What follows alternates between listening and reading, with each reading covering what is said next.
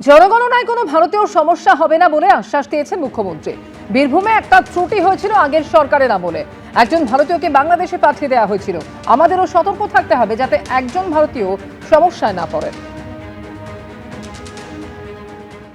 যাতে বীরভূমে যে একটি ত্রুটি ঘটেছিল আগের সরকারের সময়ে, পরে দেখবেন ভারতীয় তাকে পাঠিয়ে দেওয়া হয়েছিল বাংলাদেশ।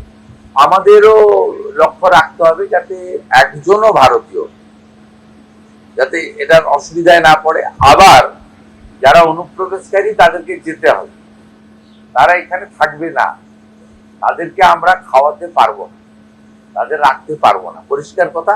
কিন্তু এখানে দু রকমের বিষয় রয়েছে, এক দল হচ্ছে অনুপ্রবেশকারী, আরেক দল হচ্ছে শরণার্থী। এবং সিটিজেনশিপ অ্যামেন্ডমেন্ট অ্যাক্টের আওতায় যে সমস্ত আমাদের কমিউনিটিগুলোর কথা বলা আছে, হিন্দু, শিখ, খ্রিস্টান, জৈন, পার্সি, বুদ্ধিস্ট, তারা কিন্তু অবৈধ অনুপ্রবেশকারীর পর্যায়ে পড়ে না, তারা শরণার্থীর পর্যায়ে পড়ে। এক্ষেত্রে ভারত সরকারের 2019-এর যে আইন, 2024-এর যে রুল, তাতে খুব পরিষ্কার বলা আছে যে সিটিজেনশিপ অ্যামেন্ডমেন্টের আওতায় এরা শরণার্থী। 1 সেপ্টেম্বর 2025 ভারত সরকার আরেকটি নোটিফিকেশন বের করে, যাতে বলেছে 31/12/2024-এর মধ্যে যারা প্রাণের জন্য বা ধর্ম বাঁচানোর জন্য বাংলাদেশ থেকে এই দেশে এসেছে বা এই রাজ্যে এসেছে, তাদের বিরুদ্ধে কোনো মামলা হবে না, তাদেরকে পুলিশ হয়রানি করতে পারবে না। জাতিভিত্তিক জনগণনার কাজ আজ থেকে শুরু হলো। কর্মসূচি শুরু করলেন মুখ্যমন্ত্রী শুভেন্দু অধিকারী। আজ থেকে সেলফ এনুমারেশনের কাজ চলবে 15ই অগস্ট পর্যন্ত, আর 16 তারিখ থেকে বাড়ি বাড়ি যাবেন সরকারি আধিকারিকরা, হবে ভেরিফিকেশন। ac.census.gov.in এই ওয়েবসাইটে সেলফ এনুমারেশনের কাজ আজ থেকে শুরু হবে, 15ই অগস্ট পর্যন্ত করা যাবে।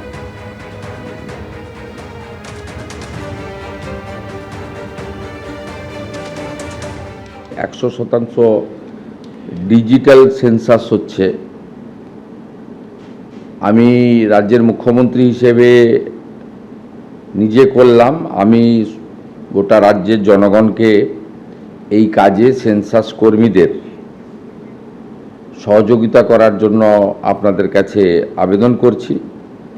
আপনারা নিজেরাও স্বগণনা অর্থাৎ সেলফ এনুমারেশন যে সুবিধা সেটা আপনারা গ্রহণ করবেন এবং ac.census.gov.in এর মাধ্যমে 1 থেকে 15ই আগস্ট 2026 পর্যন্ত পরিবারের তথ্য অনলাইনে জমা দিতে পারবেন।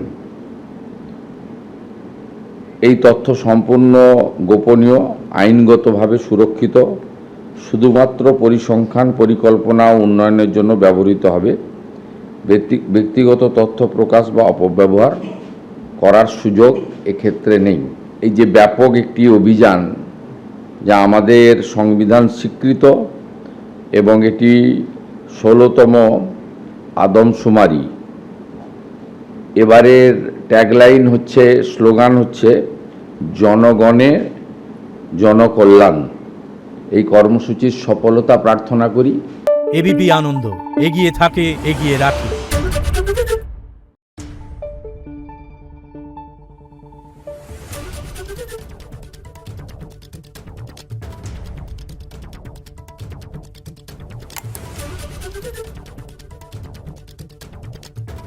Thank you.